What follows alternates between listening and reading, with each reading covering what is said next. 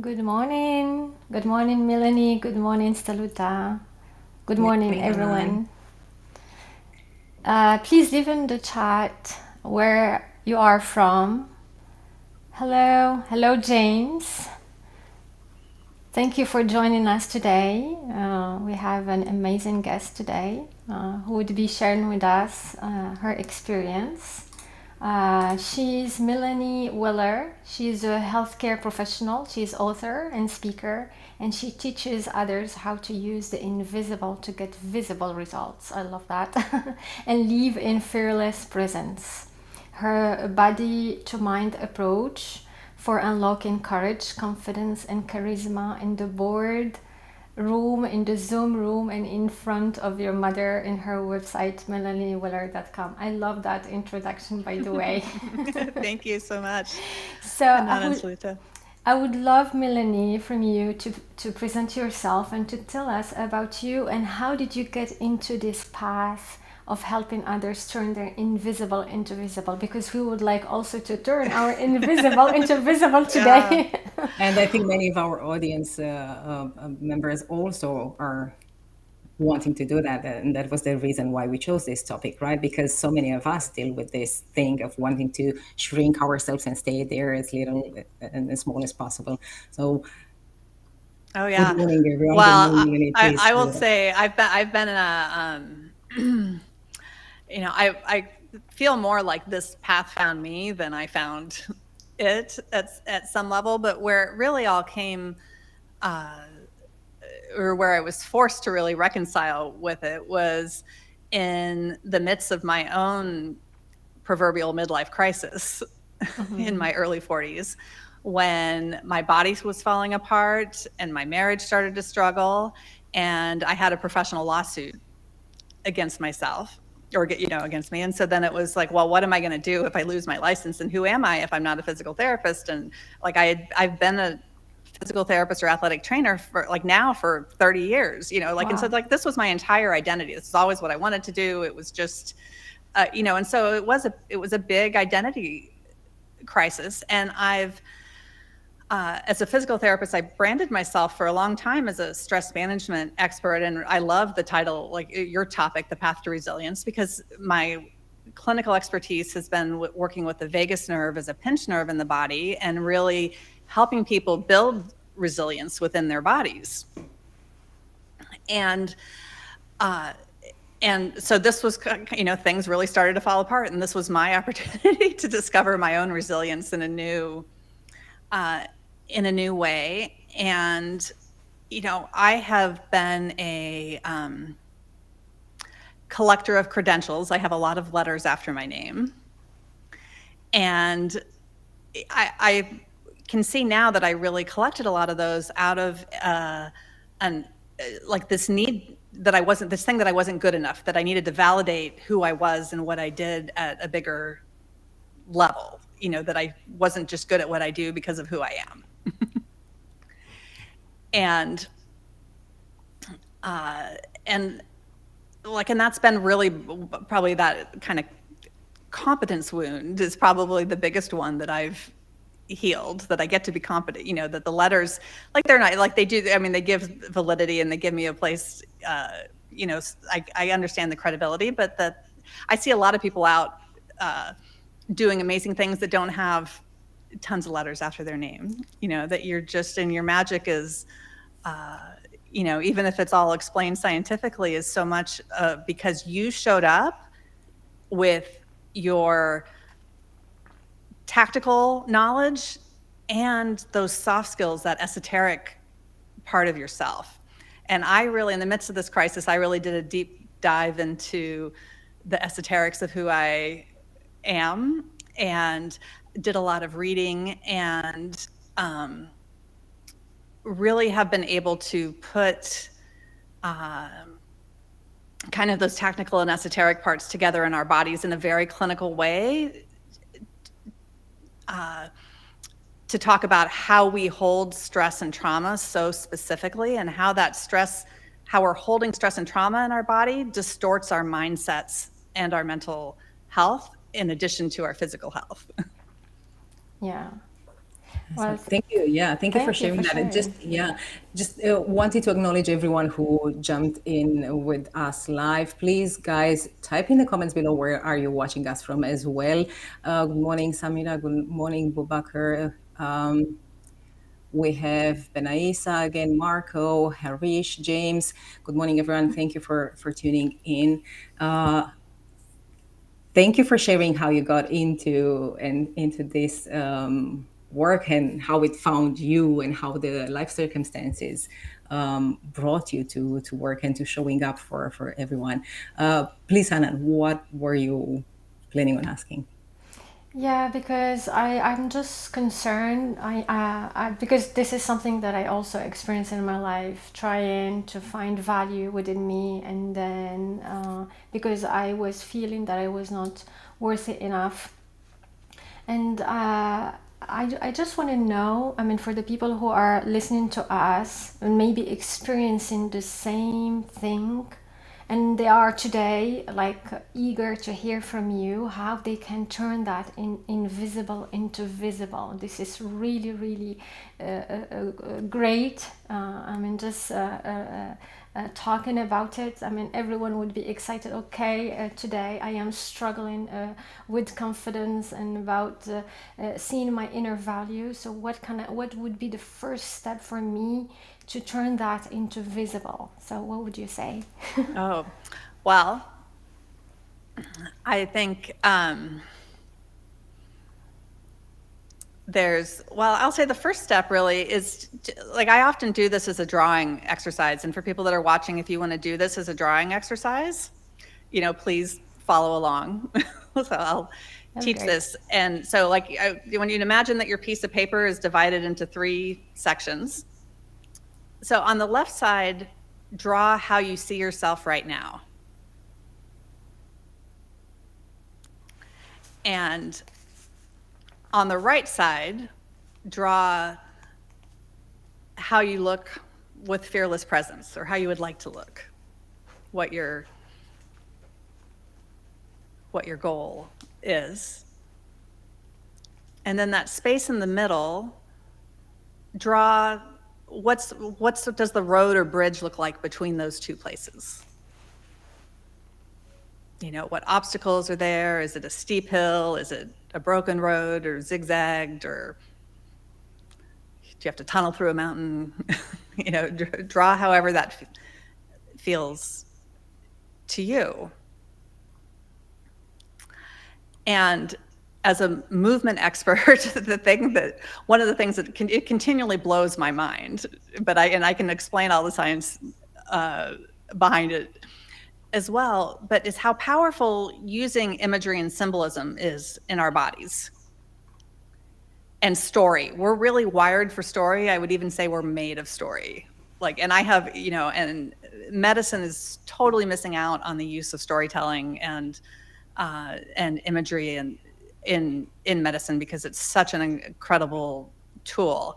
And so whatever that is between there. So I'm trying to, I don't have it close by. I used to, for a long time, I had a recent drawing I had done for myself here. But so I'll just describe it. A while ago, I had myself as Harry Potter with the invisibility cloak on one side of the page. And I had myself looking kind of like Cher, dressed as Cher on stage in one of her fantastic outfits on the other side. Mm-hmm. And in the middle my road was kind of broken and jagged. And so I just did this, I waved my Harry Potter magic wand to make all those pieces go away, so that I could bring that, remove those obstacles together. And when I teach this, I do it combined with a body assessment before and after. And I've done this with many, many people. And it's continually delightful to see how the real physical changes that people get from making up their own movement that gets rid of the obstacles between where they are and where they want to be. Yeah. I can make it very clinical, but it's so fun to see, to see people come up with it themselves and really And it makes me, not that my clinical knowledge doesn't have use, but it's just, it's always when the movement is really meaningful and symbolic to you, you get literal physical measurable changes in your body.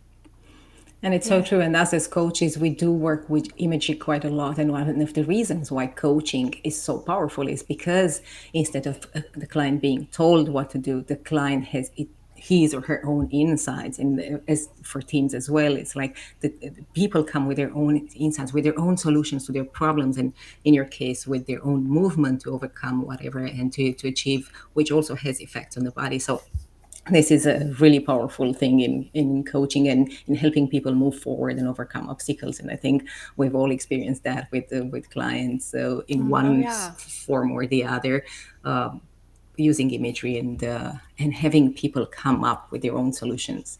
For that. Absolutely. Well, and even combining, like, one of the things I do with people a lot on a more structural level is to get them to be able to breathe into the backside of their rib cage.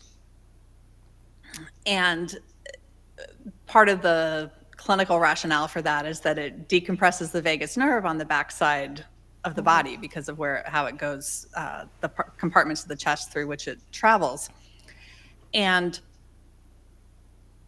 I love to combine that with, a little bit more of like an imagery cue. And I often do that with this South American proverb that says, your future is behind you, propelling you forward, and your past is in front of you, waiting for you to make peace with it and clear your way.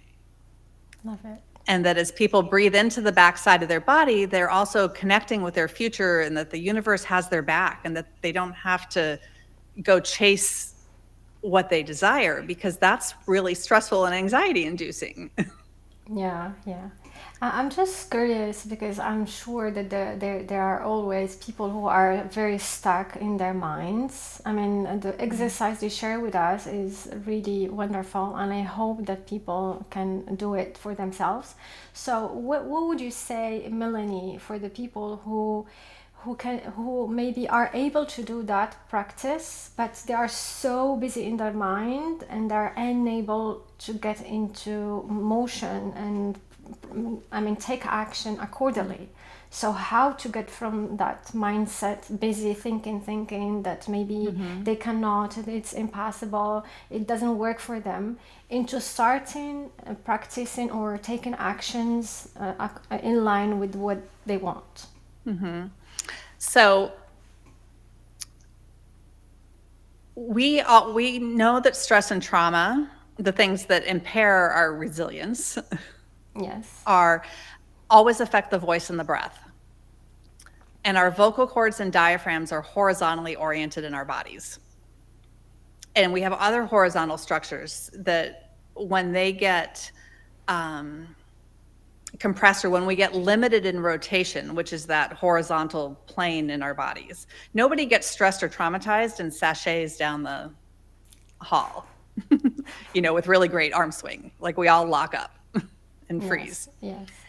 And so getting out of your kind of your logic circuits and into your body and into your brain, because our verbal parts of our brain only operate at 40 bits per second. Our nonverbal parts of our brain and our bodies work at 11 million bits per second. And our brains are 80% input, only 20% output. So when you can give your brain better information from your body, then you get better output. So better input leads to better output. And I see this with mindset. I've had multiple extraordinary experiences of helping people with suicide ideation and suicide planning. And it's it's just so incredibly powerful to really have this bottom up approach. For people that are watching right now, if you have a lot of like a very chatty mind and a lot of thoughts running through your head, often the easiest thing to do is to do foot exercises, or to like move in your feet. And it's I'm going to see if I can stand up and demonstrate here. My camera might not, it's going to follow me. So it's, You're good. but if you like I'll just motion what my feet are doing. So my feet are parallel right now, and I'm going to bring my toes over here and then my heels, so I'm just shimmying side to side here. And that is a really powerful way to tell your body that you're safe, that you're grounded, to load your bones, because your stress responses really start in your bones. And that exercise just knocks out a bunch of stuff. I have people, when people do get that kind of proverbial stage fright response or anxiety response, or feel like their head, like they need to get out of their heads a little bit, like I will have them shimmy side to side, and it's incredibly powerful at calming all of that down, and really very simple. Wow. So you guys, for all of you out there, because you're all professionals, right? If you have stage fright, if you need to speak in front of a big audience or even a smaller audience, because many of us have stage fright speaking in front of only two people, and it still gets us, right? Try doing the shimmy thing, right? Walking your feet, shimmying your feet to one side and the other. I am a yoga and meditation and breathing teacher as well, and I've been doing that for many years. And one of the things that I'm translating into my work as a professional sometimes for me is grounding myself through my feet as well, and envisioning, if I don't have enough space to do a warrior pose, envisioning myself being in the warrior pose. And this also helps. And also breathing. Breathing also helps regulate the vagus nerve and calm down the stress response and bring you into the present moment instead of being wherever in your anxiety, wherever your thoughts might be taking you. Yeah, Stuluta, that's such a great point, because our brains don't see doing something and imagining doing something is any different. The same parts of the brain light up. So you can literally, like the research shows, you can literally imagine doing bicep curls and your biceps get stronger. Exactly. Yeah, and there's so many research studies done on that. People learning to play the piano and learning the moves without playing the piano, just by imagining them, or people learning to dunk a ball and without doing it, just by imagining playing. So there's so many scientific studies done, a lot of research done on that. Exactly. And you don't need to do anything. That's why the power of imagery it is so powerful. The imagery is so powerful for us as human species. One of the challenges of resilience is that people, they may be aware of the importance of shifting these thoughts and doing these practices maybe that you shared with us, but maintaining that. Because I had some clients, sometimes they are in a very positive emotions, and they do some practices that help them move forward, and then after a couple of weeks they go back to where they were. So how do you help people maintain that level of resilience and keep going? Because this is really important, maintaining that level. Yes, that's such a great question. For any of us to experience change, we have to go through the full cycle of alertness, which is that stress response, to awareness, which is really vagus nerve in terms of neurotransmitters, to reward and rest. And even though, we desire, say whether it's more money or more success or better health, to lose weight, whatever that thing is that we're working towards, sometimes our bodies feel like that's a threat. And that's fundamentally why we slip back. We're unable to experience the reward of the success on a chemical level because it's not safe in our bodies. And so that's where, where I help train coaches and healthcare professionals to help recognize that. Because if the thing you desire is a threat to your body, it's important to recognize that. You have to reconcile that within yourself in order to not keep slipping backwards. Yes. So the threat can be just a perception in your mind that something will go wrong. So here, maybe the root of the problem should be a little bit working on the perception level. That what you are, I mean, the issue you are facing or whatever you would like to achieve, you should maybe shift perspective. Like I have someone that I talked to lately, just perceiving his health issues can be a threat to him in the future, even if his pain went very down. He started really panicking and having problems, anxiety, thinking, what about if I don't walk again? And everything was in his mind. It was not real at all. It was not, the doctor didn't tell him anything. It was just in his mind, and then repeating to himself things that maybe they're not true. So I would love from our audience if they have any like specific question or maybe an example of the things that you are struggling with. We have we we have can a question respond. from Mohammed. If you, I don't know if you've noticed that one, is how I to be did. resilient in a crisis situation. Yes, exactly. So if you could speak to this question, it would be awesome, Mohammed. Well, I think that that's really being resilient in a crisis situation is about being in your feet and breathing into the backside of your body. When you can stay grounded in a crisis situation, you will make very clear decisions. It's when crisis though tends to get us all up here. And being able to zoom out, and like this is where my work with storytelling and archetypes is really powerful, because then you're able to kind of step out of the story a little bit and see it in a different light. But certainly in the midst of crisis, it's about being like in your feet and in your body. And if you can breathe, like going back to Hanan's example of her client being worried about his health in the future and all of the pain, when like literally if your breathing mechanics are not right, you cannot get the good information up to your brain to be able to have that mindset shift, or it's extra difficult to do that. And even if and I've had a couple patients over the years tell me that when I helped them get rid of their pain, that they felt like their best friend had died. Like that's a quote from one patient Wow. years ago. And so, and this is where engaging in a little bit of reverse psychology and humor can be helpful, because we process pain and pleasure in the brain very similarly. And so when you can say,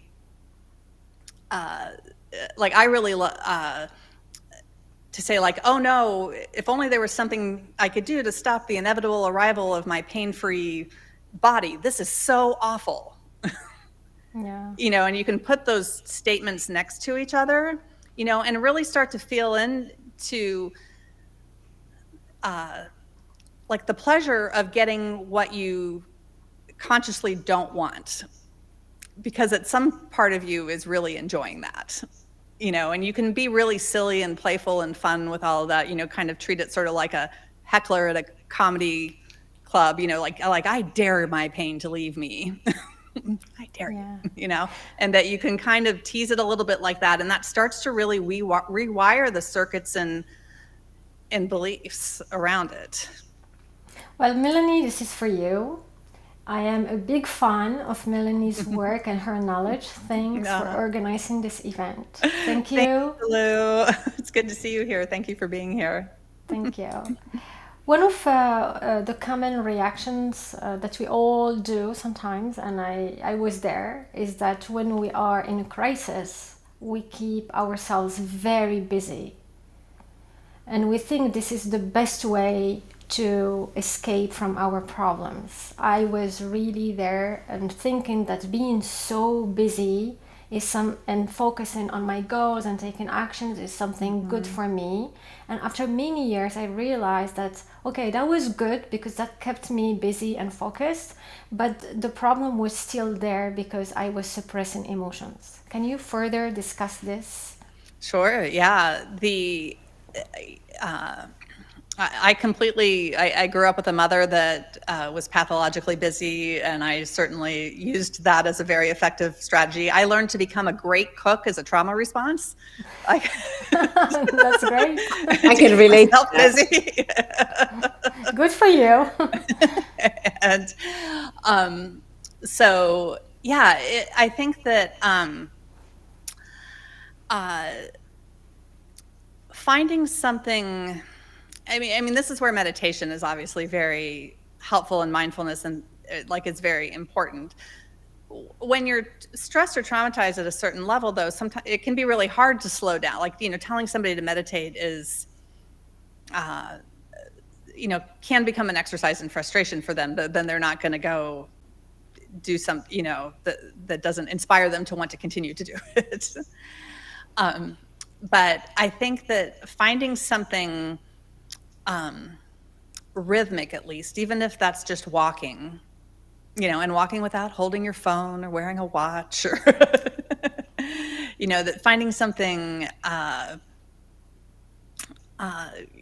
find, to start to find the stillness, or to do some, like put on some drum circle music and do some moving and shaking, and then go into meditation, like to kind of get your wiggles out. And also to see when, if you're having a hard time being still and meditating, to see those thoughts that are bubbling up as the stress leaving your body, that it's not a bad thing, and that you can come back to a mantra or an image, or focusing on a candle flame, for example, like something to just bring your, to recenter your attention. But I tell people to get really excited when they're, when their mind starts to go off the rails, and just bring it back, because that's just the stress bubbling up and leaving out, and you can always come back to the center. Yeah, I experienced that when I had my training in mindfulness, when I came across this turning toward the self instead of just ignoring and suppressing the emotions. I spent, I would say, days just crying, because I realized I lost a lot of time from my life doing that mistake of suppressing the emotions. Yeah, well, and the emotions are like, it's, it's like a new language, in the midst, when I did therapy in the midst of my own midlife crisis, I had to sit with a list of emotions. Like, my therapist, like, Melanie, you're using a lot of words, but none of them are your emotions. Yes. And so, like, but we don't really, like, there's such a need to build that vocabulary, so, so that what it is, because we're so good. And most of us, the research says, most of us have the emotional maturity of a 9-year-old. That's where we all stop. I like that. And so, like, we're all a bunch of 9-year-olds trying to rule the world. And Exactly. you can see it's going about that well right now. Exactly. So it's, And it's pretty difficult, because when you start, because I went through similar exercises and similar challenges. I'm very active as a person, and that's my way sometimes to deal with stress. And it was even difficult when I was going through recognizing the emotions. It was even difficult to recognize the emotions, because yeah. I was stopping to that limited vocabulary of certain words that I was using for emotions, so I needed to develop my emotional awareness and really dig deep into what is that, what type of emotion is that. It's not only that I'm sad, it's deeper, and dig deeper into that and acknowledge that maybe it's some loss, it's way deeper than that. So it's really Yeah. interesting. Well, and I think having in getting to that, I think one, stillness can be threatening to us, like, in that you have to develop safety in your body in stillness, that, like, just the slowing down can be, feels like a threat. That's why we stay busy. And, in developing emotional awareness, I find it helpful to help people develop just yes, no conversations with their bodies, just to see how their bodies respond to, like, imagining their favorite food, or imagining drinking bleach, like things that we know are good and bad for you, so that you start to develop that visceral language, or like the medical word for it is interoception, but you start to develop that interoception, and then you can get to the emotions from there. But if you don't have the felt sense, it's you can't get to the emotion. And that's where, and sometimes that's like your vagus nerve is pinched, and sometimes that's your your knee joint biomechanics aren't right, and that's but all of these things play into it in ways that that we collectively I don't fully appreciate. And that it can help make, and resolving those things can help make mindset shifts very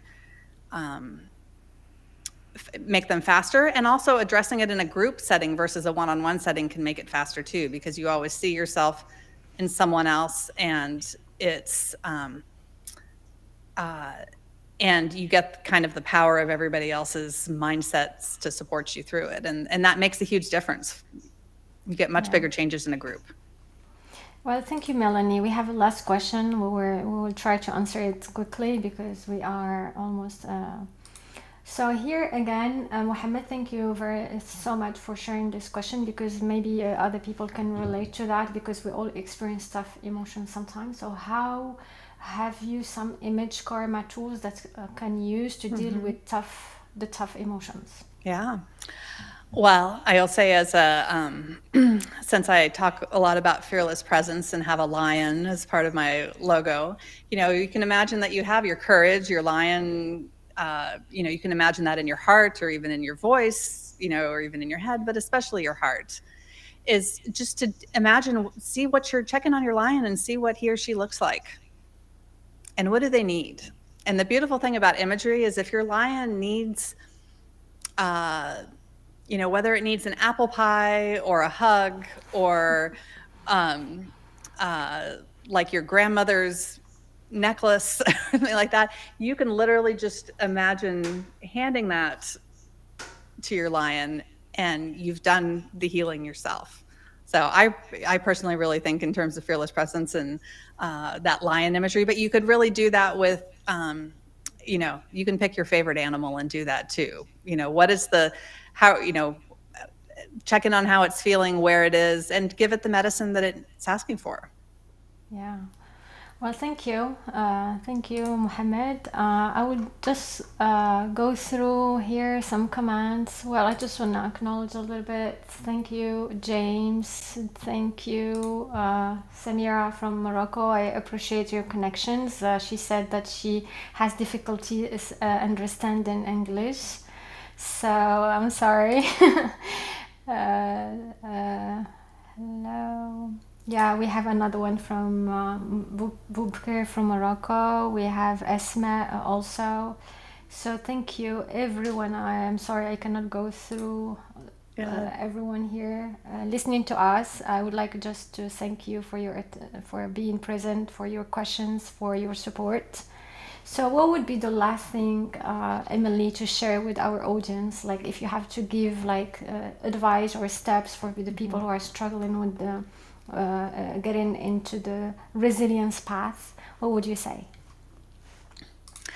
Ultimately, you are your own guru, and that's really what fearless presence is, and the magic is in bringing your tactical self and all those thoughts and your strategies and your credentials and your expertise with your more esoteric, your softer side of yourself together. And when you can show up as both that, like that vision of that right side of the paper that we did in the beginning, and your physical self, like miracles will happen every single day for you. And that's what I really want to impart to everybody, just to show up, bring all of yourself to the table in every moment, be your own guru, and life will be an ongoing miracle. I believe that every struggle, every challenge has a good side. Maybe keep looking at the learning, the good side of it, or maybe it has a message to tell you. This is something that I repeated to myself when I didn't have any resources, because that was the only option that I had. So whenever I was challenged and when I had a difficulty, or especially my challenge with my health issues, so I used to repeat to myself that maybe this experience has something to teach me, and I was focusing on the learning. Thank you so much. Yeah, Thank you, thank you. Thank Melanie. Before we you. go, please share with the audience where they can reach you.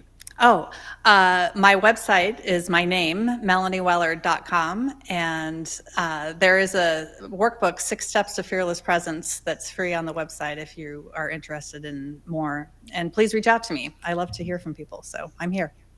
Thank you, Melanie. Thank you, Thank you. everyone. So feel free to go to melanieweller.com, download your free ebook, and work through it. It will help you create a fearless presence. Reach out to Melanie on LinkedIn. Reach out to me, to Hanan, if you want to learn more about how we can support you in your journey to become more resilient and to create this fearless presence. Thank you, everyone, for tuning in today. Stay safe, be well, and see you next week, everyone. Oh, no, next week we're going on vacation. Oh, We will be yes. away for 2 weeks. I'm sorry for that. So see you in 3 weeks' time. Yeah, in July 19th, exactly. Okay. So Okay. we will be missing you. So we will stop for 2 weeks just for family reunions, and then we will be back on July 19th. Thank you so much. Thank you. Thank you. Bye, Thank everyone. you. Bye.